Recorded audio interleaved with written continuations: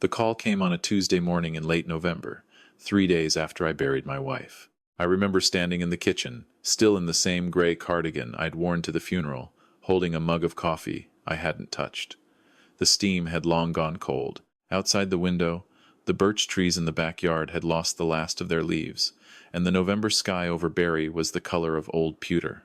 Everything felt muted, distant, like the world was playing on a television in another room and I was too tired to get up and change the channel. That phone call changed everything, and what my old colleague told me that morning, what he had documented over the previous 4 months without telling a soul, is the reason I still have my home, my savings, and my life as I know it.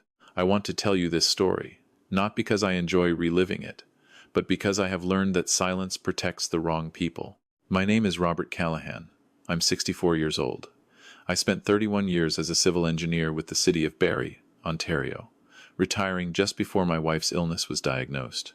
My wife, Patricia, was 61 when she passed.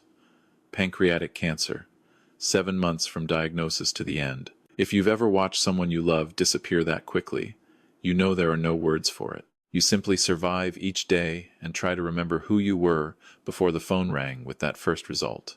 Patricia and I had been married for 38 years. We met at university in Guelph, argued about politics on our first date, and never stopped. She was the sharpest person I've ever known, funnier than she got credit for. She could read a room in about 4 seconds, and she was almost never wrong about people. She was right about my daughter-in-law. I just didn't listen soon enough.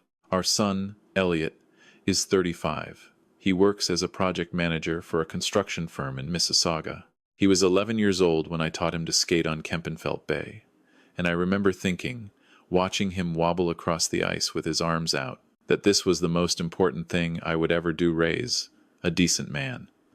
I think I succeeded at that, mostly. Elliot is decent. He is also, and I say this with love, susceptible to the people he loves. He trusts deeply, and when that trust is in the wrong hands, it becomes a blind spot.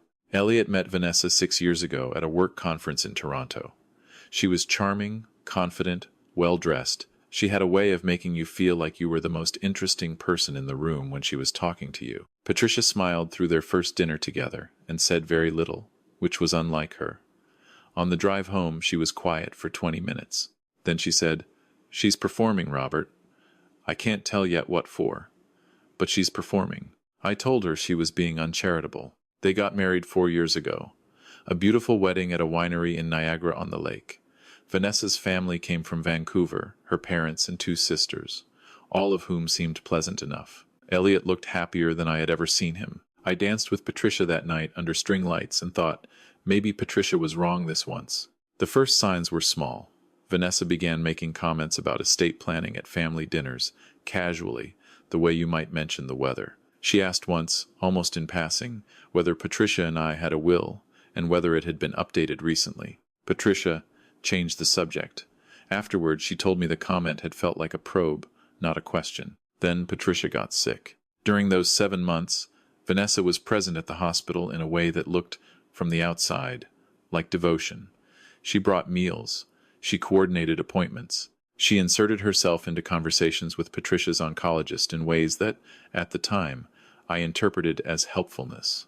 I was exhausted and grief-stricken, and I needed someone to manage details I no longer had the capacity to manage.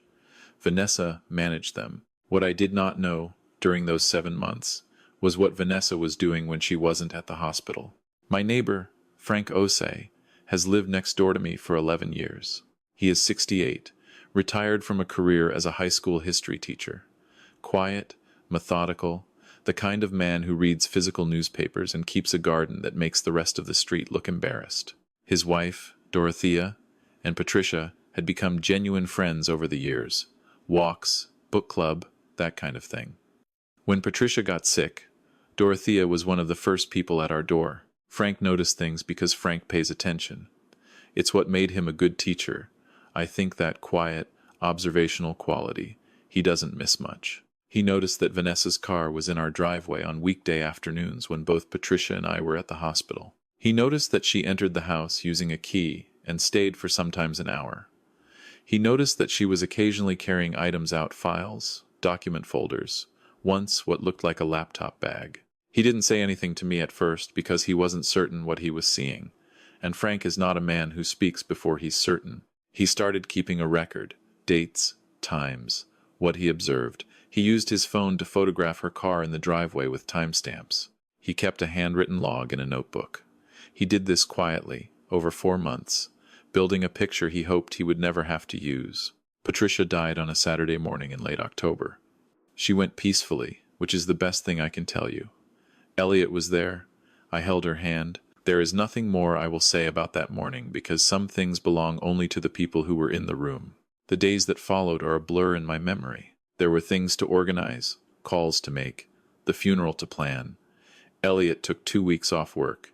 He and Vanessa stayed in a hotel nearby, which I suggested, because I needed to be alone in the house. The house where Patricia and I had spent 22 years, where her reading glasses were still on the side table and her handwriting was still on the notepad by the phone. The funeral was on a Thursday. Afterward, a small gathering at the house. Neighbors, old colleagues, a few of Patricia's friends from the book club. Vanessa was efficient and organized throughout directing caterers, accepting condolences on my behalf, which I found slightly odd but attributed to the general strangeness of grief. 3 days after the funeral, Elliot had to return to Mississauga for a work emergency. He kissed me at the door, told me he'd be back on the weekend, told me to call if I needed anything. Vanessa stayed behind, she said, to help me sort through some of Patricia's things. That afternoon she sat down across from me at the kitchen table with a folder. "Robert," she said, and there was something in her tone that I hadn't heard before, a kind of deliberate gentleness that felt practiced. "I wanted to talk to you about something while Elliot isn't here. I think it might be easier, just the two of us." I said nothing. I waited. She opened the folder and placed several documents in front of me. She explained, in careful and compassionate-sounding language, that she and Elliot had been speaking with a financial advisor about protecting the family's assets. That, given my age and the emotional difficulty of this period, it might make sense to transfer certain financial accounts into a joint structure. She used the phrase peace of mind several times. She also mentioned, briefly, the house, whether I had considered downsizing, whether it might be more practical for someone my age to be in a condo, whether Elliot might be better positioned to manage the property going forward. I felt cold, not because I didn't understand what was happening. I understood perfectly. Patricia had warned me, and she had been right, and now she wasn't here, and I was sitting alone in our kitchen while her body was still in the ground. I was cold because I realized I didn't know how far this had already gone. I told Vanessa I needed time to look over the documents. She was warm and understanding and said, of course, there was no rush. She just wanted me to know the options. She left an hour later. I sat at that kitchen table for a long time. The next morning, I called David Reimer, who has been my lawyer for 20 years. I told him what had happened. He asked me to bring the documents. He said, carefully and without alarm, "Robert, don't sign anything. Don't move any accounts. And try to find out what she's already accessed." That afternoon, I drove to the bank. I met with an advisor I had dealt with for years. She pulled up my accounts and walked me through recent activity. There had been 2 attempts in the previous 6 weeks to add a joint signatory to my primary investment account. Both had been declined because the request required my in-person authorization. There had also been a request made through the online portal using what appeared to be my credentials to download a full statement of account history. That request had succeeded. 6 weeks of my financial life had been downloaded and sent somewhere. I drove home feeling like the road wasn't quite solid beneath me. I was walking from my car to the front door when Frank appeared at the fence between our properties. He was wearing his winter coat, his hands in his pockets. He looked at me for a moment and said, "Robert, can I show you something?" We went inside his house. Dorothea made tea. Frank sat down at the kitchen table across from me and opened his notebook. He walked me through everything. 4 months of observations, photographs with timestamps, the log of dates and times and what he'd seen. He was methodical and quiet, and he never editorialized. He just laid out what he had documented, the way a good teacher lays out evidence and lets the student draw conclusions. Then he slid his phone across the table. He had a video, taken 6 weeks earlier, through his living room window, at an angle that looked across our 2 driveways. It showed Vanessa leaving my house carrying a folder, the kind of folder I used for tax documents. It showed her standing by her car, on the phone, speaking with apparent animation. It wasn't a perfect video, but it was time-stamped, and it was real, and it showed her in my house at a time when I was at the hospital with Patricia. I looked up at Frank. He said, "I wasn't sure what I was seeing at first, but after a while I was sure enough. I'm sorry I didn't say something sooner. I kept hoping I was wrong." Dorothea put her hand on my arm. She didn't say anything. She didn't need to. I called David Reimer from Frank's kitchen. I told him what Frank had shown me. He told me to stay where I was, and he would call me back within the hour. He called back in 40 minutes. His voice was measured but very clear. "Robert, your daughter-in-law has been in contact with 2 financial institutions on your behalf. One declined. One provided statement records. There's also an inquiry on your credit file made 6 weeks ago. Someone ran a soft pull on your full financial profile. That's not something a family member can do without your consent, unless they had access to specific identification information." He paused. "I need you to come in tomorrow morning. Bring Frank and everything he has. We're going to contact the authorities, and we're going to do this properly." That night I sat in my living room in the dark for a long time. I thought about Elliot, my son, who was 2 hours away and had no idea what his wife had been doing, who had trusted her, the way he trusted everyone he loved, who had probably been kept in the dark deliberately because Vanessa was smart enough to know that Elliot would have stopped her. I didn't call him that night. I needed to know more before I turned his life upside down. The meeting with David the next morning lasted 3 hours.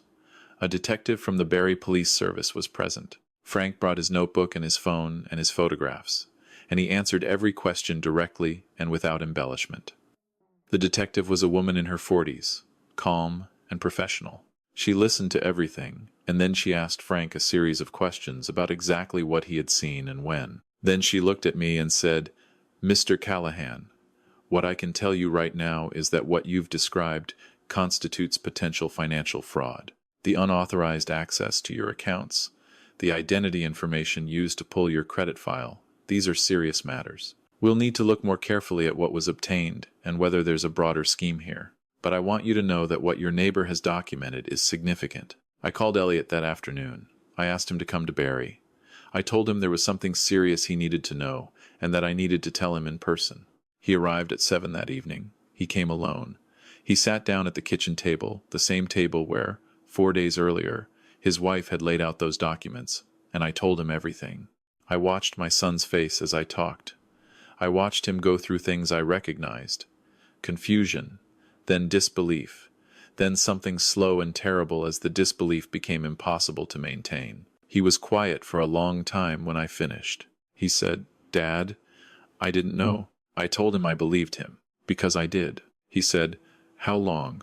I said the activity at the bank went back 6 weeks, but Frank's observations went back 4 months, which meant it had started while Patricia was still alive. While my wife was dying in a hospital bed, her daughter-in-law was going through our financial records. Elliot put his hands over his face. There are moments in a parent's life when you cannot fix what is in front of you. You can only sit with your child in the room and let them feel what they need to feel. I did that. I didn't say anything for a while. Then I said, "This is not your fault. You trusted someone. That's not a flaw. The flaw belongs to her." He looked up and said, "What happens now?" I told him David was handling it, that the police were involved, that for the moment the most important thing was that he speak to a lawyer of his own, independent of anything involving me or my assets. Vanessa was interviewed by police 2 weeks later. Her lawyer was present. I don't know everything that was said in that room. What David told me, afterward, was that the investigation revealed she had obtained enough of my personal financial information to make a formal application for power of attorney. On the basis of cognitive incapacity, she had been building a file, through what he described as a coordinated and deliberate process, to support a claim that I was no longer capable of managing my own affairs. The grief of losing my wife, she apparently intended to use as supporting evidence of diminished capacity. She had done her research. She had done it carefully. She had done it for 4 months while Patricia was dying. The fraudulent credit inquiry, the unauthorized account access, the documents she had carried from my house. David described the full picture as a scheme that was more sophisticated than most people imagine when they think about family financial abuse. It wasn't crude. It was patient. The criminal charges that were laid included identity fraud and unauthorized use of computer systems. The civil proceedings that followed involved the return of all document copies obtained without consent and a formal cease and desist regarding any further claims on my financial accounts. Elliot separated from Vanessa the week after the police interview. He moved back to Barrie temporarily. He slept in his old room for a month. Some mornings I'd come down and he'd be sitting at the kitchen table drinking coffee, and we'd sit together without talking much, which is sometimes the most honest thing two people can do. His daughter, my granddaughter Lily, who is 4 years old, stayed with Vanessa during this time. Shared custody arrangements came later, handled through the courts. Lily is a serious, dark-eyed little girl who calls me Grandpa and asks very precise questions about how things work. Patricia would have adored her. Patricia did adore her, for the brief time she had. Frank and Dorothea came for dinner in December. We had roast chicken, and Dorothea brought a butter tart pie, which is one of those things that could only exist in Ontario, and which I mean as a compliment. We sat at the table for 3 hours. We talked about Patricia. We talked about other things too, Frank's garden plans for spring, whether the Leafs would disappoint us again, whether Barrie was changing too fast. Normal things, ordinary things. The kind of conversation I had been afraid I might not have again after Patricia died, because Patricia had been the center of gravity in every room she was in. After Dorothea and Frank went home, I stood at the kitchen window for a while. The snow was coming down over the backyard. The birch trees were bare and white and very still. I thought about what Frank had done, not the dramatic version of it, not the hero stepping in at the critical moment. The real version, an ordinary retired schoolteacher, living next door, who noticed something wrong and quietly, methodically, without drama, built a record over 4 months because he thought it might matter someday. He didn't call me every week to say he was watching. He didn't turn it into a story about himself. He just paid attention and kept his notebook because that was the right thing to do. Patricia would have said, "That's what real loyalty looks like. Not the loud kind.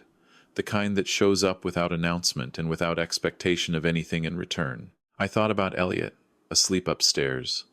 35 years old, rebuilding something from the middle of a life he hadn't expected to be living. I couldn't fix that for him, but I could be here. I could sit with him in the mornings and not say too much, and let him find his footing the way I'd watched him find it on the ice all those years ago. The investigation concluded the following spring. Vanessa entered into a plea arrangement that resulted in a conditional sentence and a period of probation. She was required to repay costs associated with the civil proceedings. David described the outcome as appropriate given the evidence. I won't pretend I felt triumph when I heard.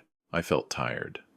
I felt the particular exhaustion of someone who has spent months in a defensive posture and can finally, tentatively, stand down. I still live in this house. Patricia's reading glasses are no longer on the side table. Elliot helped me go through her things in the spring, which was hard, and which needed to happen, but her handwriting is still on the notepad by the phone, and I have no plans to remove it. The house is mine. The savings are intact. The accounts are secured. I had my lawyer draw up an updated will and a proper power of attorney, naming Elliot and my brother-in-law as co-decision makers with a process designed by David to prevent any single person from acting unilaterally. Those are the practical things. I mention them because I think they matter. But here is what I want to leave you with, because I have thought about it often in the months since all of this happened. When Patricia was dying, I was too overwhelmed to see clearly. Grief narrows your vision.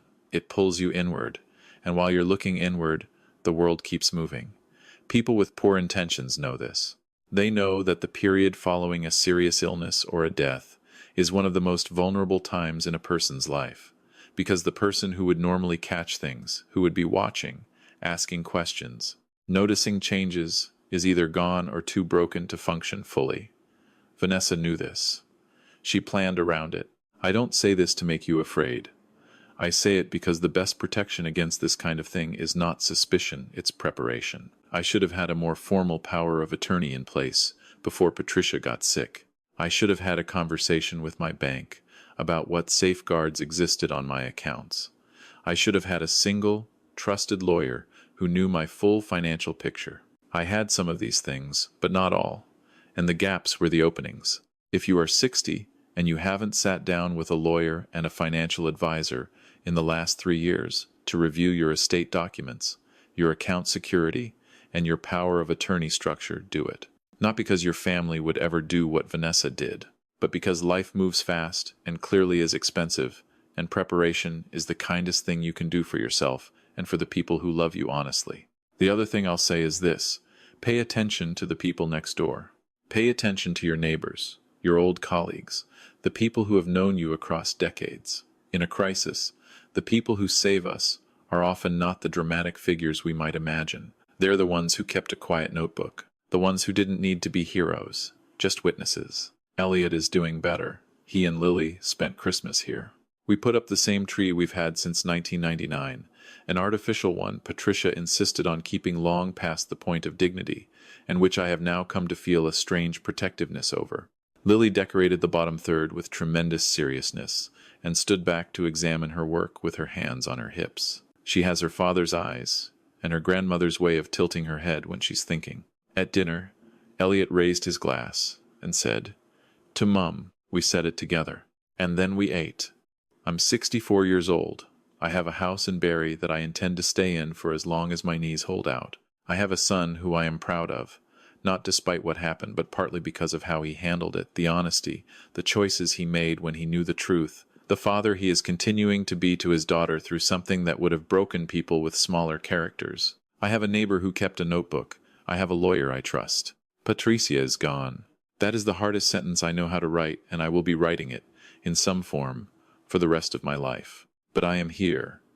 I am clear-eyed, and I am going to spend whatever time I have left with the people who have earned it. If you made it to the end of this, drop a 2 in the comments. And if any part of this story felt familiar, if you recognize something in your own life, your own family, your own circle, please don't wait to have the conversations that need to be had. The people who love you clearly are worth protecting.